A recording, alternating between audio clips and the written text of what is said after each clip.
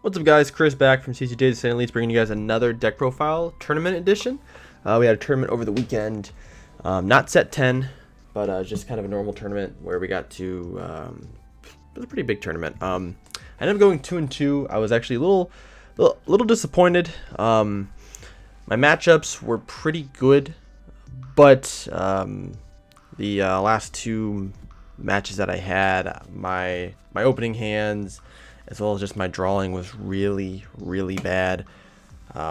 Didn't see any of my endgame stuff at all. Even with all the draw power and everything in this deck, I wasn't able to see anything. It just was really bad. But it did teach me some things that I'm going to cut from the deck, which I'll kind of talk about in this video. And next time when I end up playing this deck, hopefully we do a little bit better. So make sure you guys like and subscribe. Let me know if you guys like these sort of tournament breakdown videos, helping, just everyone just getting some ideas for stuff. Like and subscribe and hit that bell for all notifications. So with this leader here, you draw when you swing, and you have the ability to awaken almost turn 1 if one of your cards is removed from the battle area by a skill or KO'd, or your unison is removed, a blue unison. You get to draw 2 cards and flip. If not, you can awaken a 4 life, which is a restand 1, draw 1.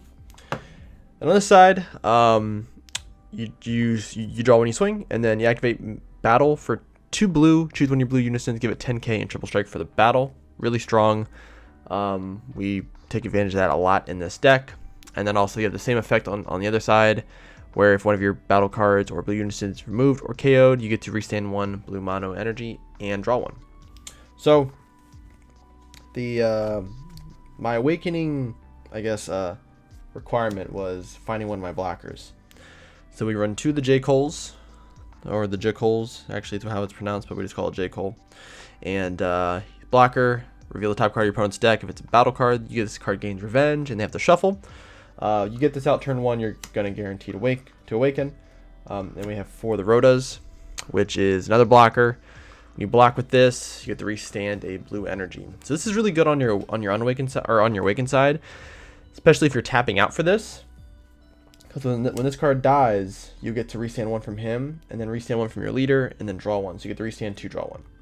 So this is kind of our awakening requirement. I would say later, if I were to play this, I'm going to end up playing this deck more. Obviously, it's my favorite leader. But I'm probably going to run one more J. Cole. And just kind of help out with the consistency. There was games where I saw multiple of these in my first hand. Then there's games where I saw 0. So which that ended up hurting me a lot because I wasn't able to awaken as quickly. But definitely think I would bump up this card here to 3. Keep the road at 4. 3 of the East Kais. I'm going to put this card in the side deck.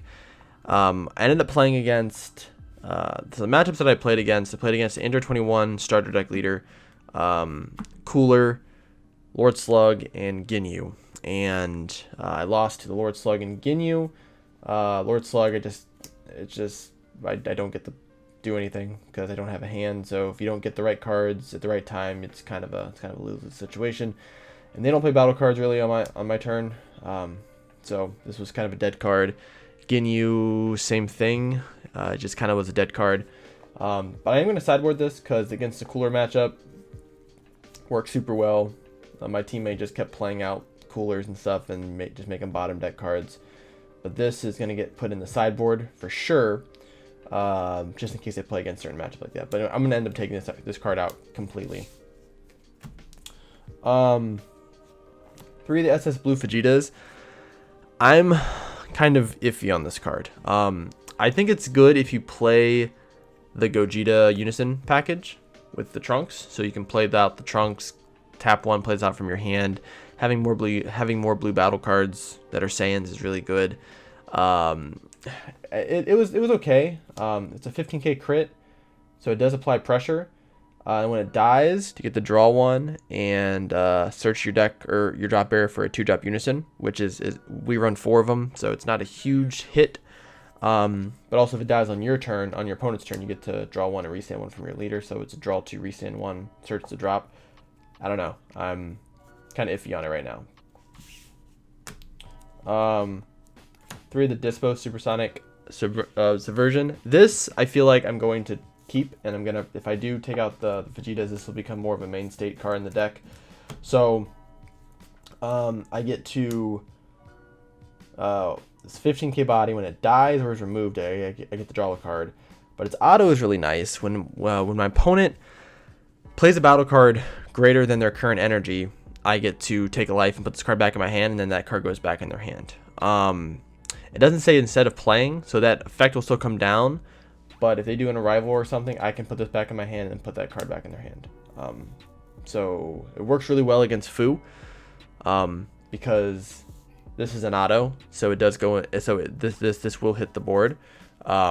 So whenever they play Fu, you use this, take a life, goes back in their hand, and they just tapped out for that. And obviously you can't really do anything on your turn, truthfully, but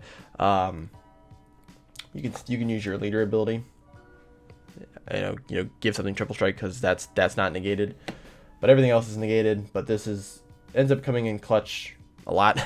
I mainboarded it because I was afraid of people playing Zeno Cell. So when they play Zeno Cell, I just put this back in my hand and put Zeno Cell back in their hand. But yeah, I think I'm gonna end up keeping this in. I may add this up to 4, and then just take out the Vegito completely. The Zamasu Son Goku package with Arrival. This saved me a lot. There's times where I had 3, like I played down 2 of these on most turns at once. But just being able to tap down leaders and then play this and then just get a blocker. This is a saving grace against Ginyu. This buyed me so much time to kind of try to formulate a plan against Ginyu, since all of their Ginyu cards are 15Ks, and they don't really want to waste cards in their hand to try to combo over this. So this is just a double. Just blocks 2 attacks on your opponent's turn, and you can swing at a Ginyu card, restand it, and then use it for blocking on the next turn. Super good card. It would not remove this card at all. 4 Android 18s. My draw power for the deck. She's a 3-drop that draws 2. She's 20k, and when she dies, obviously you restand 1, draw 1. If it's first battle card in your opponent's turn. This is really, really good. Just be able to clear stuff. Keep the board kind of in our state, but also just being able to draw 2 cards is really, really nice. I think I'll keep this at 4. It's a 5k combo, so it's never really dead. And with our Unison, we're able to get this card out turn 2, or not turn 2, but turn 3 if we don't have our other card. So it gives us some hand advantage. For the Zenos, my Unison of choice, I saw it 2 of my matchups against Ginyu and Slug, actually, for that matter. I did not see this card at all. I saw it, I think, in 1 or 2 of the games out of the 5 that I played between those two players, and the other games I just didn't see it, which hurts because I'm not able to go into my turn 3 ability, which is playing out a Booney for pressure. A Booney did a lot for me this weekend. I hit a lot of extra cards and a lot of Unisons off of my active main, which hurt a little bit.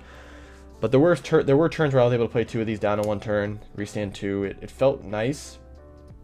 But green's kind of running amok right now with that stupid Vegeta Unison, so kills all the battle card. I mean, kills all the tokens. Dormant Unleashed kills all the tokens. So there's a lot of things that gets around Booney, which is good because I don't want him to be banned. He's definitely counterable, but it's still a great card. I would run a 4th one if I had it. One of the best cards you can run for this deck, truthfully. 3 of the Trunks counterplays. I ordered a 4th one because I didn't have it. Didn't show up in time. So I ran 3 of those, and I ran 2 of the draft box hits. It's not the same, but it does help. You actually can activate both of these in the same turn. If you activate hit first, you can bounce 2 cards back, and then when they play something else, you can activate this if you have a Unison with 2 or more markers on board.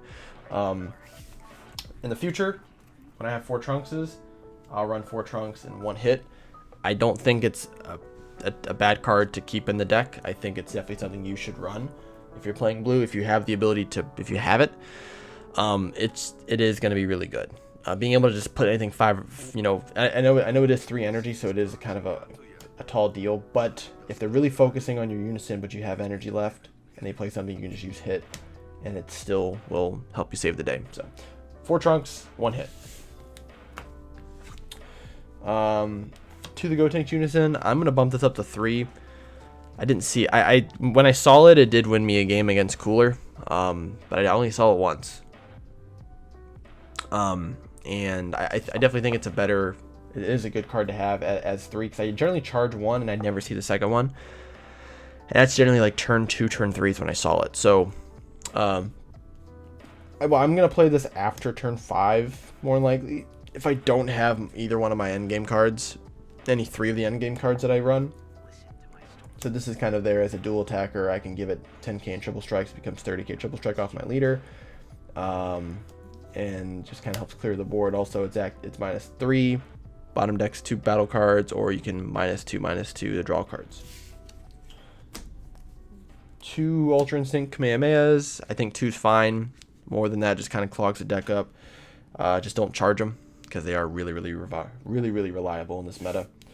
2 Senzu-Bean, I thought I added 4. I didn't take the other 2 out of my other deck, so I ended up only having 2. I felt the pain of not having more than 2 Senzu-Beans.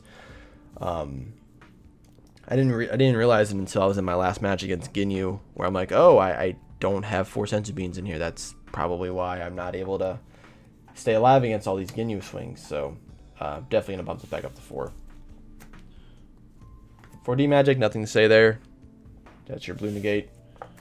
I ran 1 Dirty Burst. It never came up because no one played anything more than 7.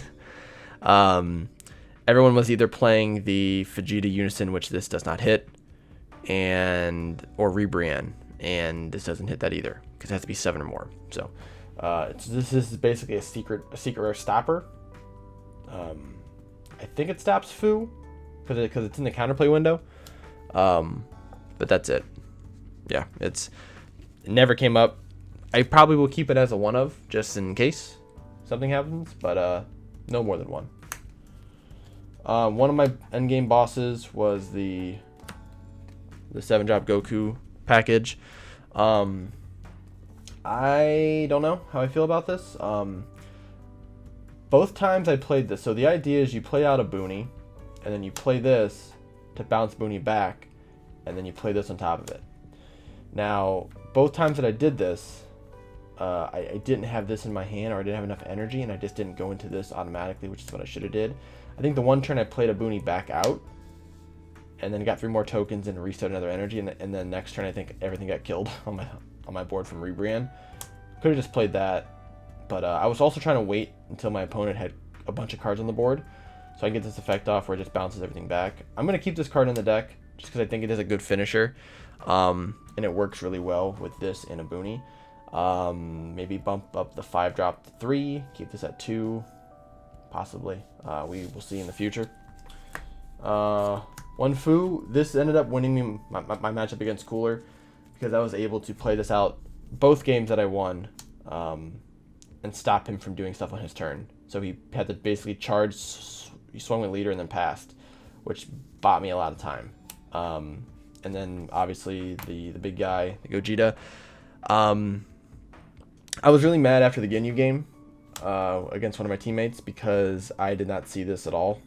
And we went to like turn 6, turn 7, and I didn't see either one of these, which I feel like I would have won if I would have saw this, just from like pressure wise.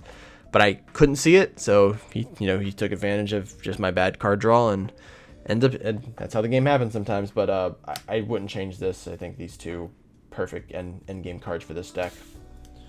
So my sideboard, I knew kind of going in what we were playing against. I knew there's gonna be a lot of green, a lot of Ages of Destruction stuff. So I sided in 3 Black Mass Saiyans. Definitely works. Maybe gonna bump it up to 4 just to have it. 2 West Kais. Won me 1 game against Ginyu. He went all in. And I bounced one of his cards back in his hand, and I comboed over by 5. And ended up winning the game. I think I'll keep it at 2. I think it's really good, especially with Bardock Raiders Warcry getting reprinted. And if yellow becomes more popular, people are going to start playing that. This will just bounce back Bardock to their hand, and they don't get to play it. They have to waste 2 energy. 2 Protector of the People. Very strong card. Very, very good against Ginyu. Every time one of your opponent's battle cards attacks your leader, it gains 5k. So I think the turn that the game that I won, I used this, and I got it to like, my leader got to like 30k, and then I comboed with this to remove one of the cards, so it helped me win. Super defensive card. Really good. One of the 6-drops never came up. I never found a reason to play it. My matchups were bad enough that it just or I either stomped or I got stomped, so it just never really came up. One all too easy, kind of the same thing, never really came up. I just sided it in just in case. There was a go-on player, I didn't get to play against him, but that's what it was for. Barrier Hope, if I played against Invoker. Our teammate who played Invoker, I didn't get to play against, so never came up. One Android 17 for ramp matchups. Again, never really came up, didn't side in any of those. One Ultra Instinct, Sen Goku, came up once. I bounced a, what did I bounce back? 2 turns in a row, I was playing against the Android 21 player. He played out the 5-drop, the new Super 17, to play out all his cards. I bounced it back with Trunks. He played another one next turn. I bounced it back with that, and ended up winning the game after that. One Maki Cabra, I'm going to bounce it up to 2. I think this is a really good card going into this meta. I think it could be main boarded in some games, in some formats. You get to choose one of your opponent's battle cards, and a character name and an original cost, and they can't play it. I played it against Cooler. He ended up just playing Exploited Weakness. I was like, alright, it's fine. But stopped him from playing Cooler for 2 turns. So it works. And then Two-Toe Twisted Sister. Played it against anything that has drop area, like Slug, or any sort of green that plays Rebrand or the Draw Apes. You just put him back in the deck. Also works really well against Vegex. Didn't get to play against Vegex, but I was also in there for that. So that's what I had. I think sideboard wise, everything was fine. I think main board, we're going to switch out some cards. Maybe cut down some cards too, just so I'm able to see what I want to see a little bit easier. But overall, it was a fun weekend. Hopefully going into the Store Championships, we'll have some fun stuff. I'll have a deck out for that. I'll post it after the tournament, just to kind of give everybody a rundown of how that went. But make sure you guys like and subscribe, and I'll see you guys in the next video.